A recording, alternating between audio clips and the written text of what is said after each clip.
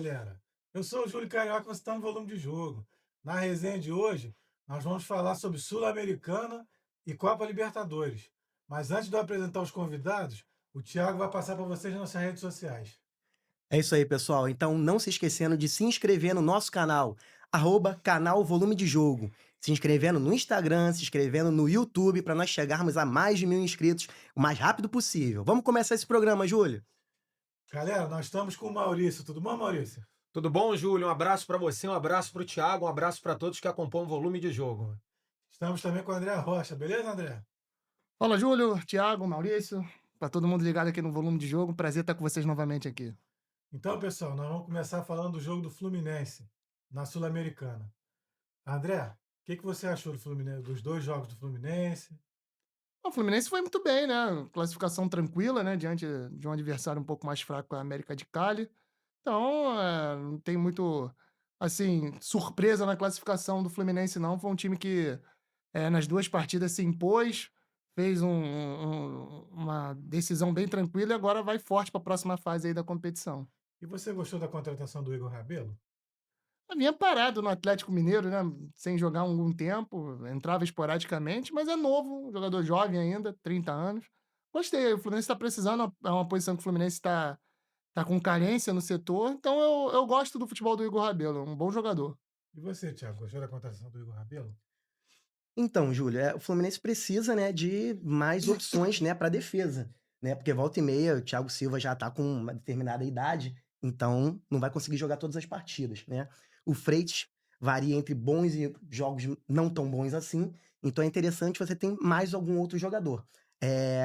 David Duarte não tem, né, tantas possibilidades, e com o Renato Gaúcho, o Thiago Santos acaba não sendo mais zagueiro, né? Então ele tá tendo a possibilidade de voltar a ser volante. Então, assim, eu acho que seria mais interessante ter um zagueiro. Não sei se o Igor Rabelo é um bom nome. Vamos saber conforme for o tempo passar. E tem o Manuel, né, que voltou e foi uma grata surpresa. Acredito que todo mundo acha isso também. A gente não esperava que ele fosse render o que ele tem rendido. Então, assim, o Fluminense acaba tendo 4 zagueiros, novamente contando para o restante das competições, né? Beleza. E você, Maurício, o que você pode falar do jogo América de Cali e Fluminense? Os dois jogos. Bem, Júlio, o Fluminense foi superior nas duas partidas, tanto na Colômbia quanto no Rio de Janeiro. De forma merecida, conseguiu a classificação dele.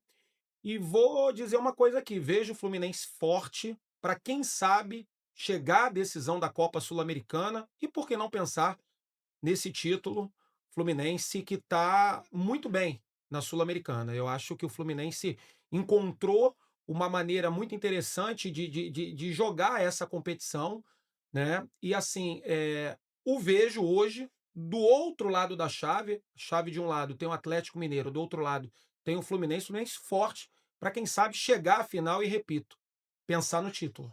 E parece que o Canóbio encontrou o lugar dele no time, né? Sem dúvida. O Canóbio agora consegue desenvolver melhor o futebol dele. É um jogador que dentro da maneira como o Fluminense joga, ele vem se apresentando muito bem. E assim, mostra que hoje não é titular à toa. Está merecendo ser titular da equipe tricolor. André, agora que passou pela América de Cali, o Fluminense vai pegar o Lanús, né? O que você espera desse confronto? É um duelo difícil, né? O Lanús venceu o último jogo até por 1-0 e é um time também bem arrumado. Estive vendo alguns jogos do Lanús até a última partida e enfrentar argentino sempre é difícil, né? Então o jogo lá no estádio do Lanús também vai ser um duelo muito difícil. E o Fluminense tem que jogar da maneira que jogou contra o América de Cali, se impondo, mostrando o seu jogo, impondo o seu jogo. O time bem encorpado, gostei do que eu vi do Fluminense. Como o Maurício falou, o Canóbio voltando a viver os seus melhores momentos, né? Após a saída do Arias, né? Que foi jogar no futebol inglês. Então, acho que ele está assumindo perdão, esse protagonismo. E o Cano, infelizmente, está vivendo um problema de lesão, né? Problema muscular, joga um jogo, sente, não consegue ter uma sequência, mas continua sendo muito importante. Mas mesmo jogando contra o Lanús, eu acho que o Fluminense é favorito nesse duelo. Thiago, o que você acha do confronto? E se o Fluminense tem time para disputar Brasileiro, Copa do Brasil e Libertadores e Sul-Americano? Então, Júlio, eu acredito que o Fluminense sim tem possibilidades, né, de ir bem nas 3 competições, né, que ele tá atuando. Então, assim, eu queria fazer um paralelo em relação aos 4 últimos jogos do Fluminense. Sim. Quando a gente pega a coletiva de imprensa do Renato Gaúcho na última partida, ele foi questionado se, nesse momento, esse rodízio de jogadores, se ele conseguiu realmente chegar num ponto em que o Fluminense não tinha chegado em algum outro momento do ano. Então, assim, se você faz um recorte, nos 2 jogos contra o América de Cali, o time foi igual. Mas aí quando tu pega os jogos do Brasileiro, você vê que em 4 partidas, 18 jogadores diferentes foram utilizados como jogadores titulares. Então, o que que eu vejo em relação a isso? O jogador pega a confiança, não a confiança específica de ser o titular, mas de saber que tá num grupo, que o grupo é um grupo que é coeso e ainda tem vários outros estrangeiros que estão chegando para ter outras possibilidades. Então, assim, eu vejo que o Renato Gaúcho, depois daquele momento, um momento incrível de ser 4º lugar do Mundial, depois vieram as 4 derrotas, 4 pancadas, e aí veio o questionamento. E agora? O que que vai acontecer? Agora já são 7 jogos, sem perder. Acho que são 5 vitórias e 2 empates. E nesse sistema de rodízio, que o Renato Gaúcho falou que vai continuar fazendo. Então, respondendo a tua pergunta, Júlia, acredito que o Fluminense tem grandes possibilidades de ir bem nessas competições. Mas ele passa do Lanús? Então, já fica um pouco mais complicado. Lanús não vai ser um time tranquilo de ser batido. Vai ter que fazer um resultado bacana, entendeu? Porque se deixar para resolver no segundo jogo, não vai conseguir. Pessoal, e a história do Fábio? Parece que foi o jogador que mais partidas jogou no futebol mundial. O que que vocês têm a dizer sobre o Fábio, goleiro? Histórico, né? Um momento especial, independentemente de você ser torcedor do Fluminense ou não, Uhum. mas acima de tudo, gostar de futebol, sabe? Aplaudir de pé a carreira, a trajetória do Fábio, ídolo da torcida tricolor, uma marca incrível, 1.391 jogos, marca essa alcançada no último jogo contra o América de Cali. E assim, até quando o Fábio vai continuar jogando? Por mais quanto tempo? E uma marca assim que eu acredito que dificilmente algum atleta, algum jogador de futebol venha um dia superá-la. Quer comentar, André? O Fábio parece que tá no formol, né? Não para nunca, ele tem contrato renovado até o final do ano que vem com o Fluminense, ou seja, tem praticamente ainda mais 1 ano de contrato. E vai jogar e como o Maurício falou, vai dificilmente alguém vai bater esse recorde aí do Fábio. E merecido, né? Um jogador que sempre se cuidou, um atleta no fio da palavra, né? E eu só fico chateado assim de não ter visto o Fábio mais vezes na seleção brasileira.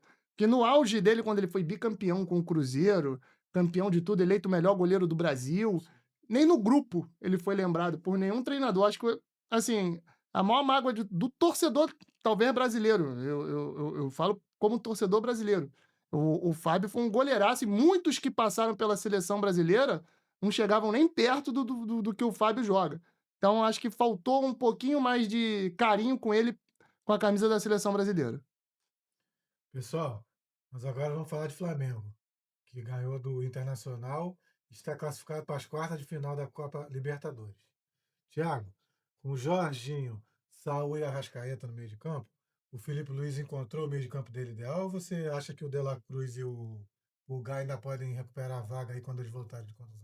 Eu acredito que esse trio de meio-campo é o mais interessante, Explica né? por quê? Em relação à versatilidade Isso. e em relação a o trabalho com a bola, né? Eles Ah, conseguem, ir bem com a bola e sem a bola. ah, tá. Então eles se complementam muito bem. Uhum. No momento em que o Pulgar retornar, né, Isso. ele vai sofrer para ter que ganhar essa vaga, porque, assim, a gente vê o Pulgar como um jogador mais pegador, né, um jogador que, tenta tirar essa bola e já repassar isso o mais rápido possível para o jogador que está à frente dele. Uhum. Já o Jorginho e o Saúl, ele já tem um condicionamento mais interessante de Parece que já antever jogaram jogada. juntos, né?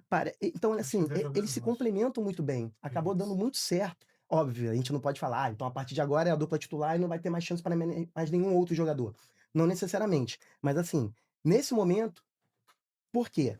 Nós temos 3 jogadores à frente que são velocistas, né, os 3 jogadores de frente. Tá. Então, assim, se você joga por um lado, o Samuel Lino, pelo outro, Plata. o Plata e o Bruno Henrique como centroavante, eles fazem as variações deles. Uhum. Então, assim, tendo esse tripé de meio campo, no qual o Arrascaeta fica mais tranquilo para não precisar ficar sempre voltando para ter a marcação, mesmo ele conseguindo fazer essa marcação alta, Jorginho e Saul são muito, têm muitas qualificações. Eles não são jogadores que só tomam a bola, né? Eles são jogadores que fazem jogadas, Entendi. né? Eles levam essa bola. Então, assim, e o De La Cruz, né? O De La Cruz acaba sendo um ponto de interrogação, né, gente?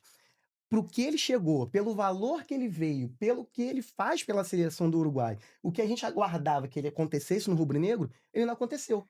Então, assim, os momentos de destaque do De La Cruz não foram momentos de brilhantismo, eram momentos de dedicação, era momento de movimentação, de marcação, de velocidade, ou seja, nada de que esses todos que eu falei não tenham. Então, eu acho que os dois vão sofrer, tanto o Pulgar quanto o De La Cruz. Quer comentar, André? Não, o De La Cruz a gente sabe da qualidade que ele tem, do futebol que ele joga, mas até agora o De La Cruz ainda não mostrou o verdadeiro futebol dele aqui no Flamengo. São muitas lesões,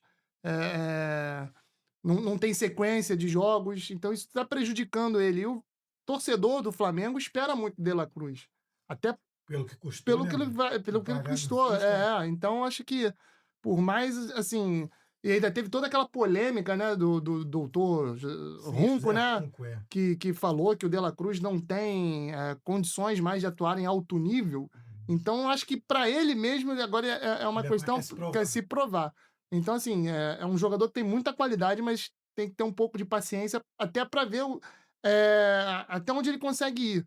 Porque o De La Cruz joga 2, 3 partidas, aí fica um mês parado, 2 meses parado. Então, tem que ter um pouco mais de paciência, até porque o Flamengo joga muitas competições, são muitas viagens, e entra mais ou menos naquilo que a gente estava falando do Fluminense agora há pouco, o rodízio. Você tem que rodar o elenco, porque são muitas viagens longas, viagens internacionais, então você precisa rodar o elenco, e vai ser importante. E um jogador como o De La Cruz, ele encaixa em qualquer elenco, né? Qualquer time.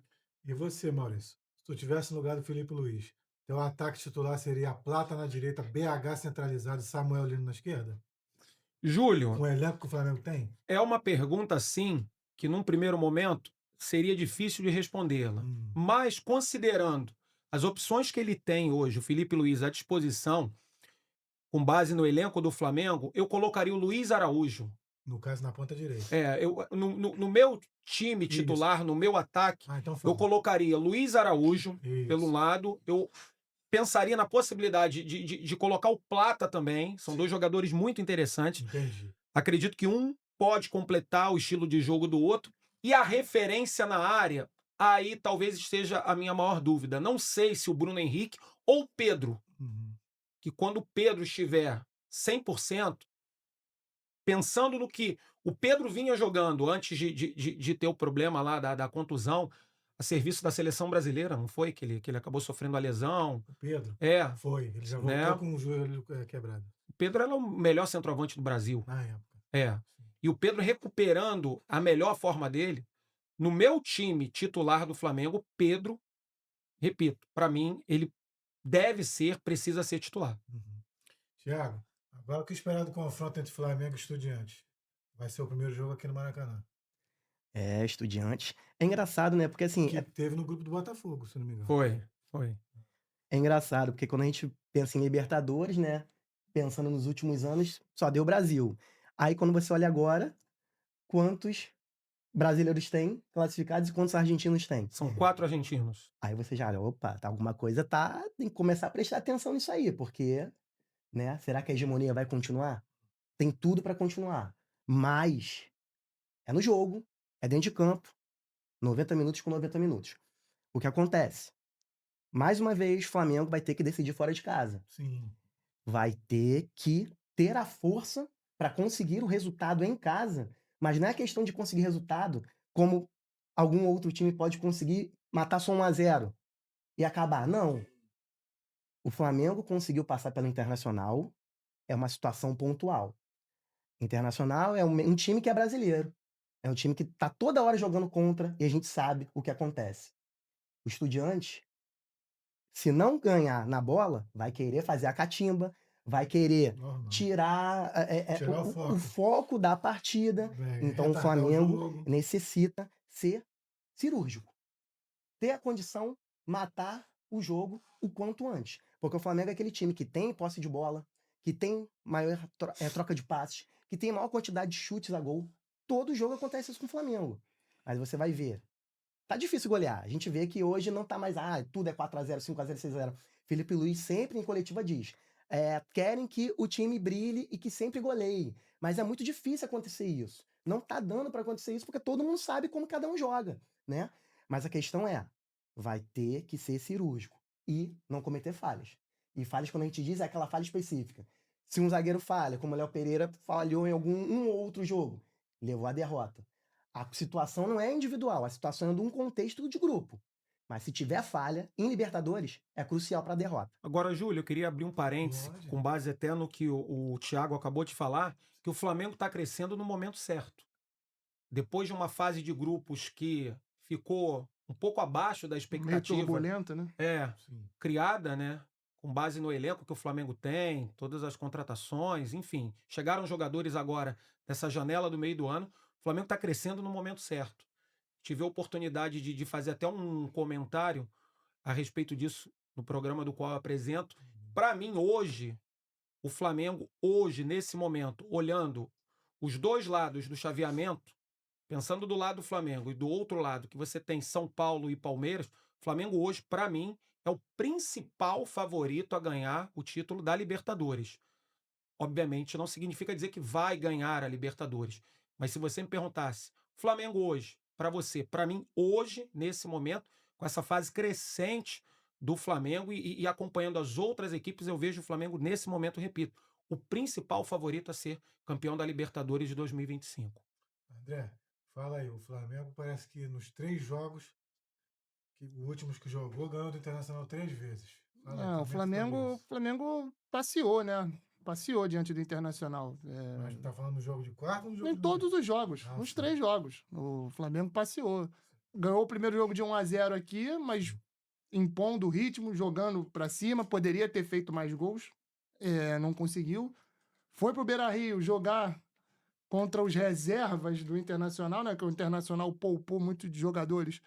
E isso fez até com que a imprensa, os torcedores do Inter achassem que o Inter se classificaria no segundo jogo, porque quando entraram os titulares deu uma dinâmica diferente para esse jogo diante do Flamengo. O Flamengo venceu novamente e no último jogo todo mundo viu o passeio que foi 2x0, o Flamengo também impondo o jogo, o Inter não conseguindo jogar. E vendo esses duelos aqui, eu estava vendo aqui agora no duelo de oitavas de final, a gente viu um River Plate que empatou com o Libertad, um jogo duríssimo, 0x0 primeiro jogo, 1x1 no segundo, gol nos pênaltis. O próprio São Paulo, que sofreu também para passar pelo Atlético Nacional. O Palmeiras empatou diante do Universitário num jogo que o Universitário criou problemas no jogo de agora no meio de semana. Foi ontem. O duelo mais teoricamente fácil assim que a gente pode ver foi o Fortaleza também, que não deu muito trabalho pro Vélez. Empatou em casa, na Argentina levou 2x0. E o Racing passou pelo Peñarol. Então o Peñarol também é um adversário difícil. E o Estudiantes venceu o Cerro Porteño no primeiro jogo e empatou no segundo. Ou seja, os duelos a gente vê muito time assim, que a gente vê de camisa grande, mas passando por muitos problemas para se classificar. O único que venceu os 2 jogos, pelo que eu tô vendo aqui, foi o Flamengo. Uhum. O Flamengo. Então, assim, como o Maurício falou, o Flamengo é o principal time hoje a ser candidato ao título da Libertadores. E do outro lado da chave, Thiago? O Maurício falou que do lado da chave do Flamengo, ele acredita que chegue na final. Quem você acredita que passe do outro lado? Então, Júlia, não tem como tirar o Palmeiras disso aí, né? Sim. É impossível falar, o Palmeiras não vai chegar. O Palmeiras, ele continua ainda. Ele não perdeu, né, na competição, é um dos invictos, né, junto com o São Paulo, junto com o River. Mas, assim, tá chegando jogador. Continuam chegando jogadores ao Palmeiras. Então, assim, eles fizeram uma reformulação com aquela história do carro andando e vai trocando as peças, eles fizeram e deu certo. Teve um momento de turbulência, mas calhou eles têm o Abel Ferreira, né? A gente pode falar o que for dele enquanto pessoa e estrela, mas como treinador não tem como dizer um ai do cara, porque o cara sabe o que tá fazendo, né? Ele pode ser um pouco diferente em entrevistas e coisas do tipo, mas assim, o time tá certinho, estão chegando peças E agora, até o que estava sendo complicado pro Palmeiras tá dando certo. Ele tá chegando ali a ter uma dupla, um trio titular de ataque, né? Então, tinha aquela dúvida. Estevão saiu, e agora? Aí, do nada, Vitor Roque começa a jogar, não estava jogando nada, né? O Flaco fazendo os gols dele, né? Tá na pré-convocação da Argentina, Uhum. né? Então, assim, tá crescendo E o também. Abel conseguiu arrumar um esquema onde ele consegue jogar com o Flaco Lopes e com o Vitor Roque, né? É. Tanto que no último jogo jogou os É dois. isso. Nos últimos jogos eles vêm jogando Isso. juntos. Então ele não tá tendo o Veiga machucado, né? Que é uma peça também fundamental no esquema do Palmeiras, um articulador, né? Paulinho. Paulinho que não joga mais esse Dele, ano. é. O Paulinho não joga mais esse ano. É muito Tem bom que jogador. passar por outra intervenção cirúrgica. E ele perdeu os dois laterais, né? Que foram negociados. Marcos Rocha foi pro Grêmio e o Mike tá no Santos. Ele Isso, trouxe isso. agora o Jeff Ter. Parece que o Vanderlan também O saiu. Vanderlan Vanderlan saiu. saiu também. Mas o Vanderlan é lateral esquerdo, né? Isso. E tem o Giai lá também, o argentino. E contratou o Kelvin. É o Kelvin também. Jogou Tava no também. CSKA, né? Aqui ele jogou na Atlético Paranaense. Isso. Então o Palmeiras é aquilo, ele consegue repor a altura as saídas e ao mesmo tempo ele tá rejuvenescendo o elenco, né? Que os jogadores 30 a mais estão começando a sair, né? Então, Anteriormente trouxe o Sousa. bom outro jogador, atacante, mais jovem. bom jogador. Bom jogador. O Carlos Miguel, goleiro. Chegou agora também, bem chegou para brigar agora. pela vaga. Isso. É porque o Everton já é um jogador com mais de 35 anos, o Marcelo Lomba também já é um jogador Experiência. já chegando aos 40. Então o Carlos Miguel é mais novo. É. Então vai ter um goleiro aí para fazer uma carreira também à frente do gol do Palmeiras. Thiago, com o valor conseguido com o novo patrocínio que o Flamengo vai ter aí, esse patrocínio maior aí, onde usar esse dinheiro? Na contratação de reforços ou para juntar para fazer o estádio? Já começar a fazer o estádio. Assim, na minha concepção, Isso. né?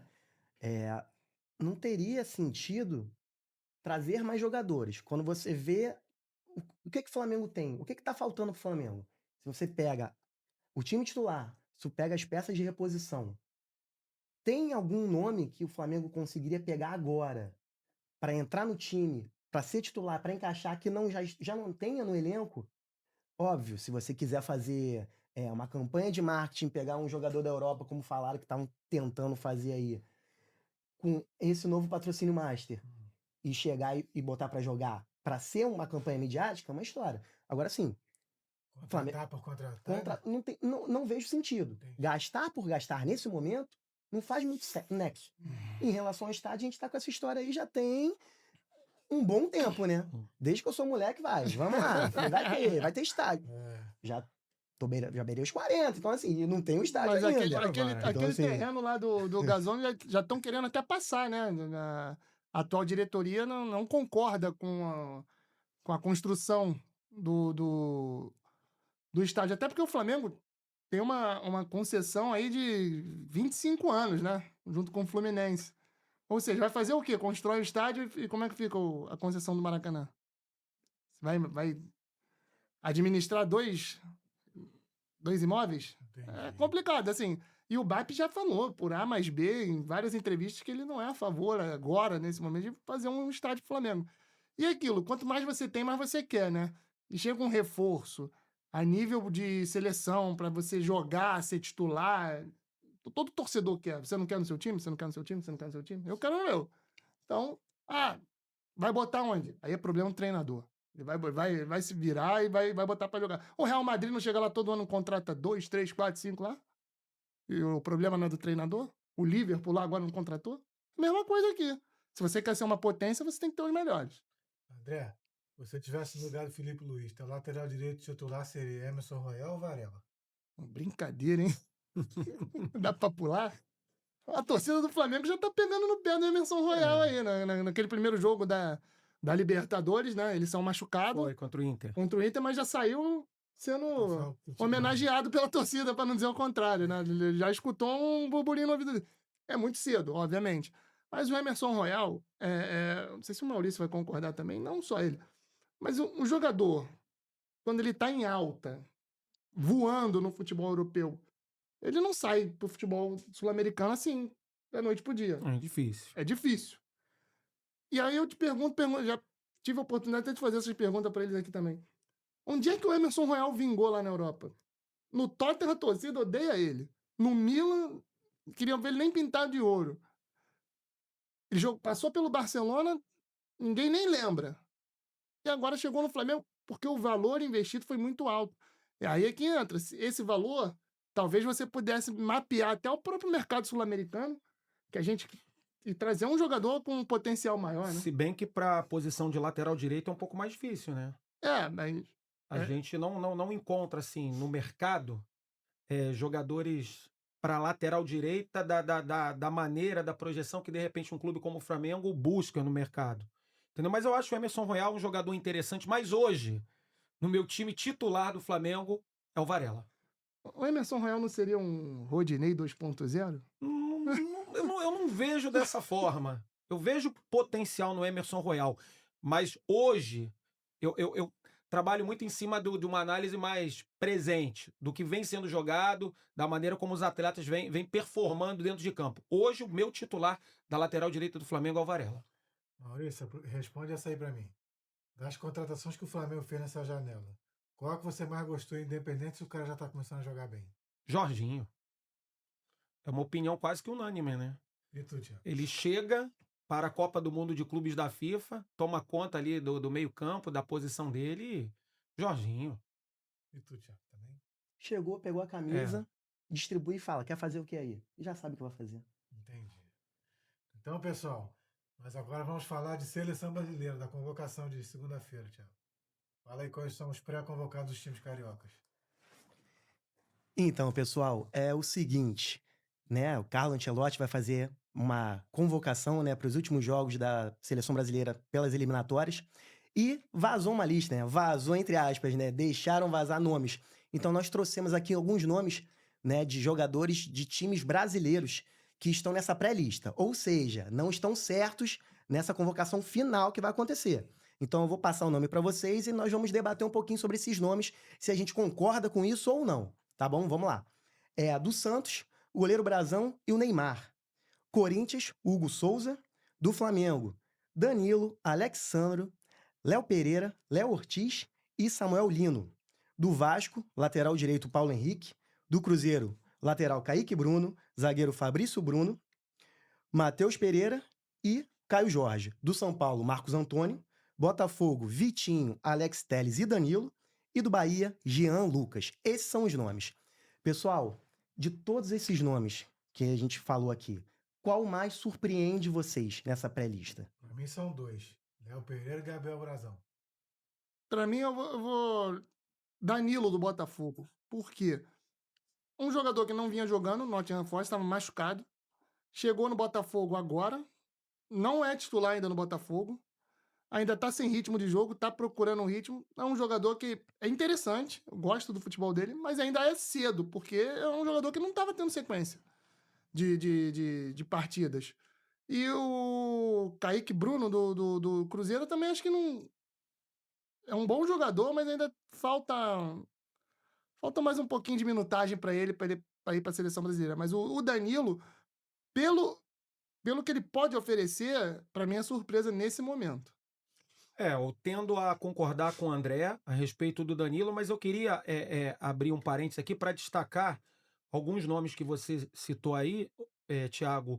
O Brazão, um goleiro que vem fazendo um excelente campeonato brasileiro, apesar da fase do Santos hoje não ser das melhores.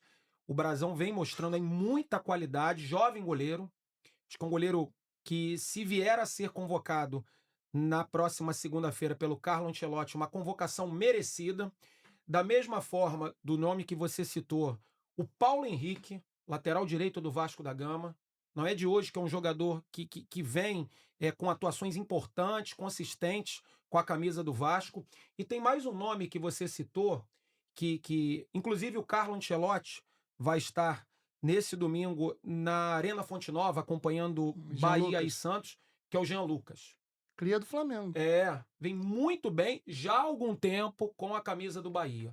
Para mim, esses três nomes que eu citei, Brazão, o Paulo Henrique e o Jean Lucas, se vierem a ser convocados na segunda-feira, para mim não serão surpresas.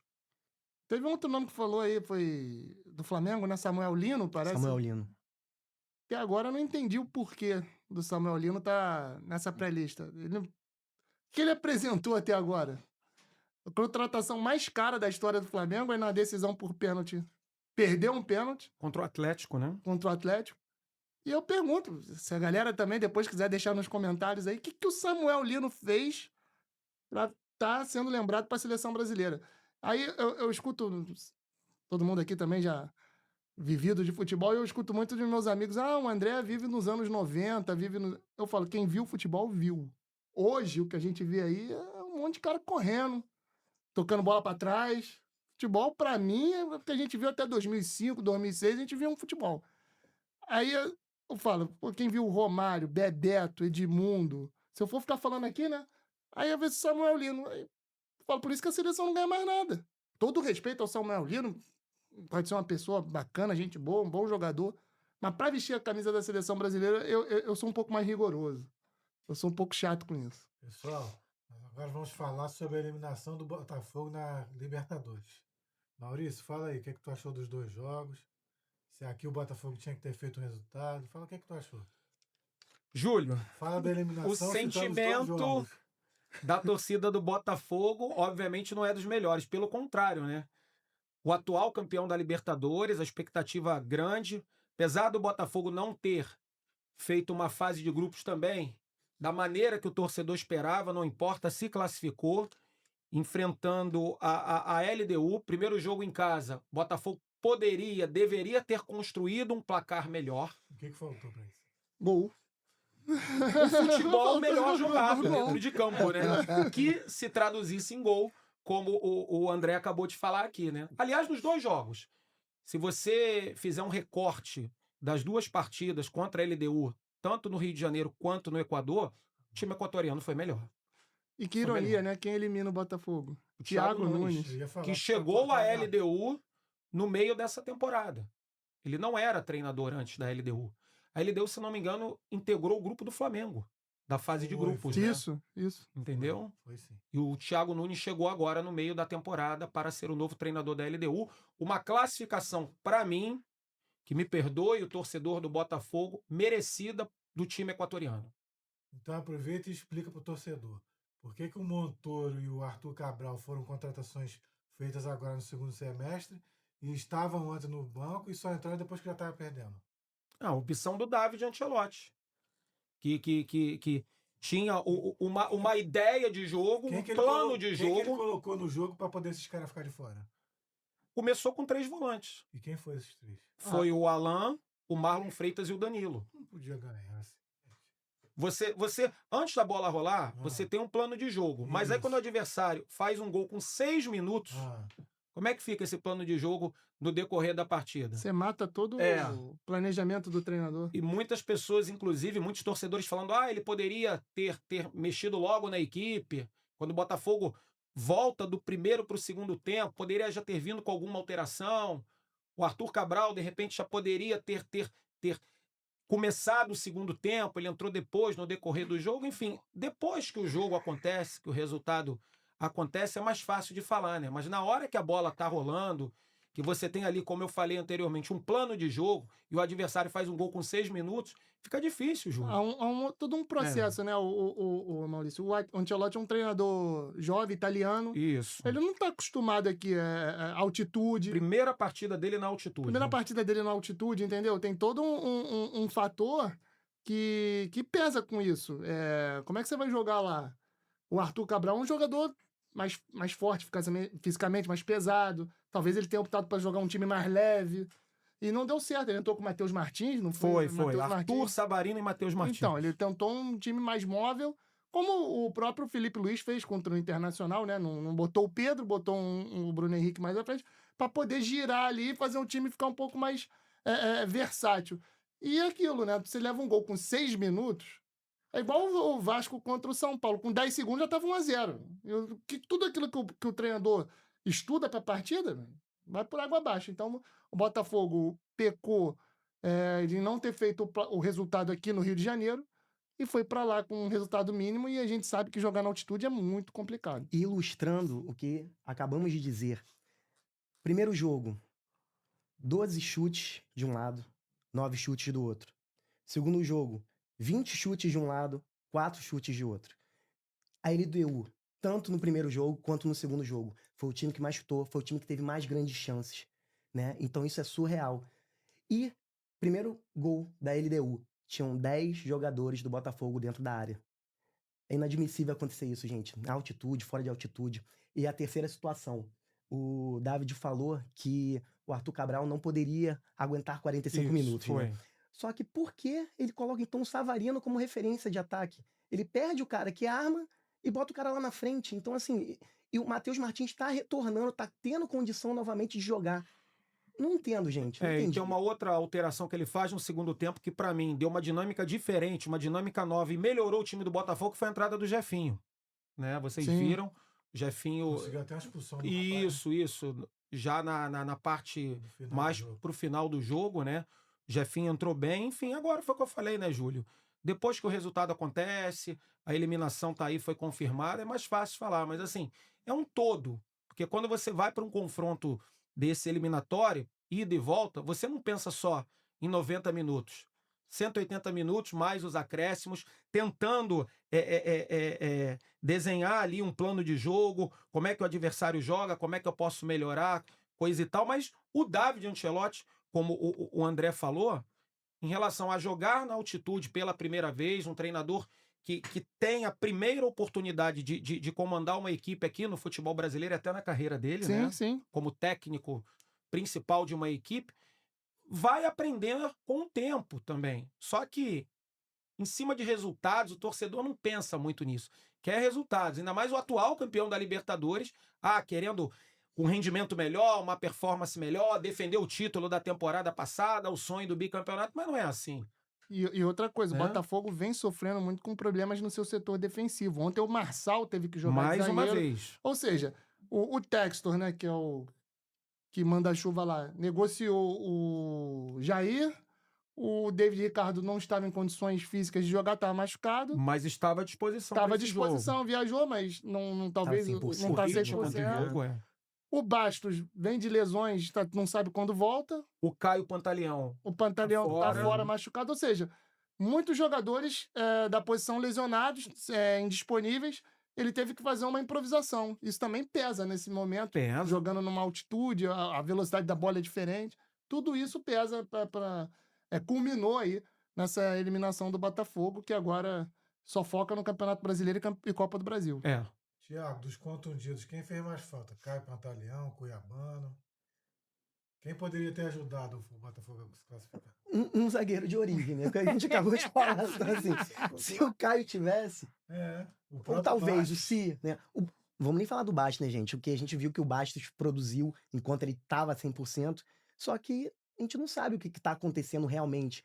Se ele volta, se ele vai A conseguir expectativa é que ele realmente, volte. né? Então, assim, mas o problema do Botafogo é esse, não ter um zagueiro. E assim, pra mim, Júlio, o que mais fez falta? O Montoro não jogar. Já falei no último programa. Eu gosto muito desse jogador. Mas Eu acho ele- ele, mas eu o acho, Nenê não aguenta jogar em altitude. eu acho ele muito versátil. Mas é o que a gente acabou de Tipo, comentar. sabe, né? Falar agora que já teve o Que já resultado é mais perdeu. fácil. Mas assim, a intencionalidade do David foi aquela. Uhum. Jogar daquela forma. Se eu fosse o técnico, eu botava o Montoro pra jogar. Se ele Isso. chegasse pra mim e eu visse com o fisiologista do clube, olha, ele não tem condições porque as células lá não dá certo, ele não vai conseguir por causa da altitude. Ok, consegue quanto tempo? Eu preciso desse jogador pros primeiros 30 minutos, 40 minutos, porque ele vai ser a válvula de escape do meu time pra conseguir fazer a jogada ofensiva. Eu necessito dele. Pra mim o Montoro é isso. Ele consegue. Ele apanha e não cai. Ele perde e não desiste. O Botafogo precisa dessa alma, dessa vontade. E eu não sei, eu não vi isso num contexto total, entendeu? Não tô dizendo que os jogadores fizeram corpo mole, óbvio que não. Mas eu não vi essa força, essa garra. E ele é um cara que dá isso, que tem isso. Eu achava interessante ele começar. Assim como começar com o Arthur Cabral, mesmo ele não tendo condições de ficar por muito tempo. Tem uma Porque referência, né? ter uma referência de ataque Dentro e da mostrar, área. mostrar quem é o Uhum. Botafogo. No momento que já tomou o gol, correr atrás, muito mais difícil. André, você concordou com o texto de só começar o ano do Botafogo em abril? E o que esperar do Botafogo agora que perdeu, que foi eliminado, no restante das competições? Você já viu aquele ditado, ó, que é um raio não cai duas vezes no mesmo lugar? É a mesma coisa, agora tá dando certo o planejamento dele? Não tá. Tá todo enrolado aí, acabou de ser eliminado da Libertadores, tá no meio da tabela lá no Campeonato Brasileiro. Tem um duelo agora, um clássico contra o Vasco na Copa do Brasil, tudo pode acontecer. Se for eliminado, é menos uma competição que ele vai disputar.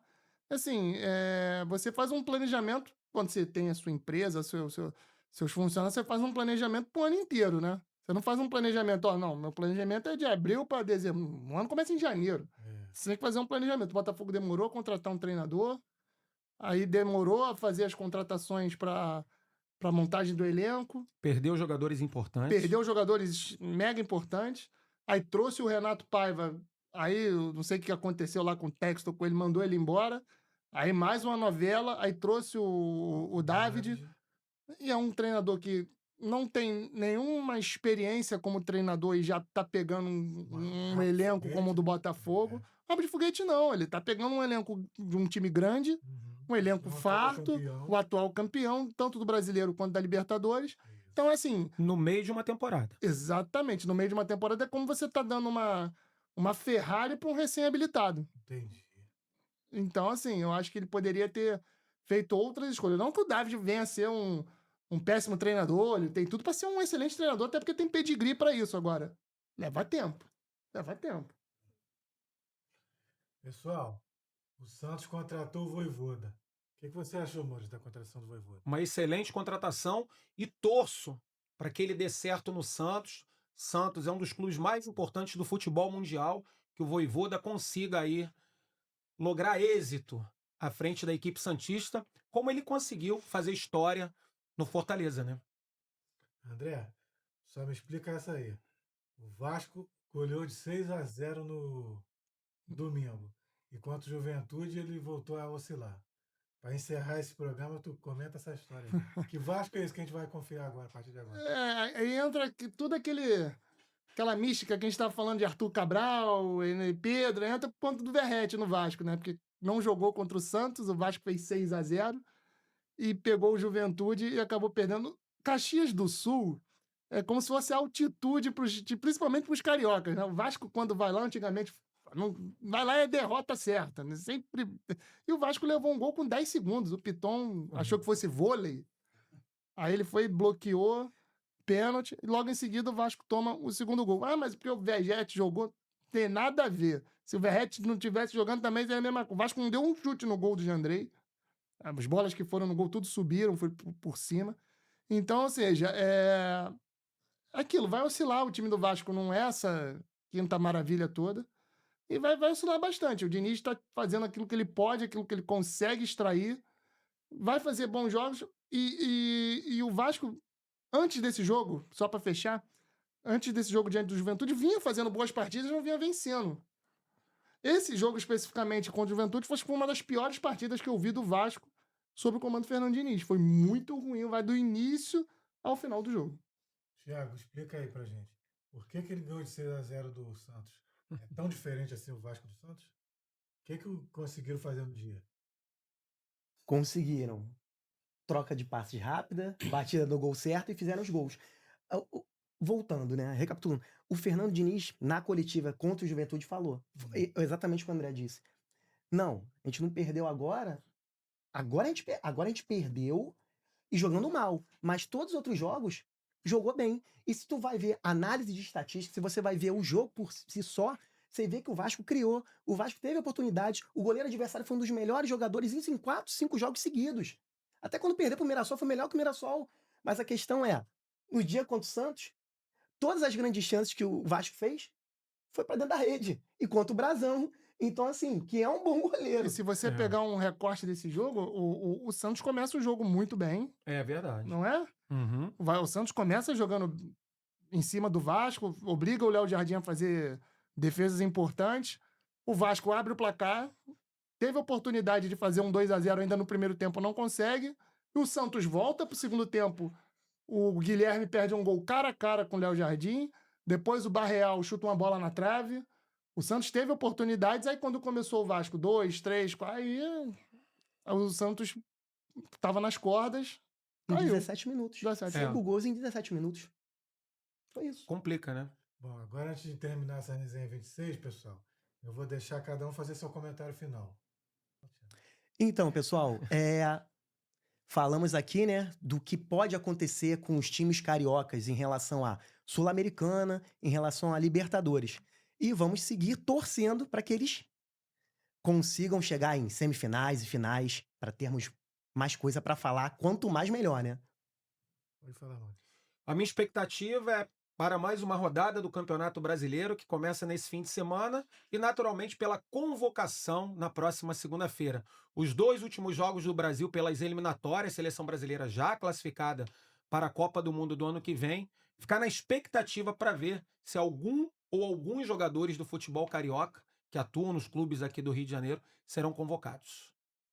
É isso, o Júlio, o Thiago, Maurício, e ficar também na expectativa aí dos duelos Copa do Brasil, né, que vão vir durante a semana aí, os duelos importantes, teremos clássicos, teremos Vasco e Botafogo se enfrentando, e poderíamos ter na Libertadores também um clássico paulista, né? Palmeiras e São Paulo podem se enfrentar numa eventual semifinal. E na Sul-Americana parece que o Atlético Mineiro ganhou, né? Se O Atlético classificou, né? se classificou, passou pelo Godoy Cruz, venceu por 1-0, né? No jogo de volta. Também é o Atlético fazendo uma boa campanha. E a gente vê como é que são as coisas, né? Só para fechar, o Atlético, o Sport ganha do Grêmio, fora de casa. Aí o Grêmio vai na Arena do Galo, ganha do Galo de virada 3-1. Aí o Galo vai na Argentina e ganha do time do Godoy Cruz, que é um time bem armado, por 1-0. O futebol tem essas peculiaridades, né? E Atlético Mineiro e Fluminense, dependendo aí do andamento da Sul-Americana, podem vir a fazer a final da Afinal. competição, né? Pessoal, a 26ª resenha do Volume de Jogo está chegando ao fim. Se inscreve no canal, ativa o sininho, curte, comenta e compartilha. Um abraço.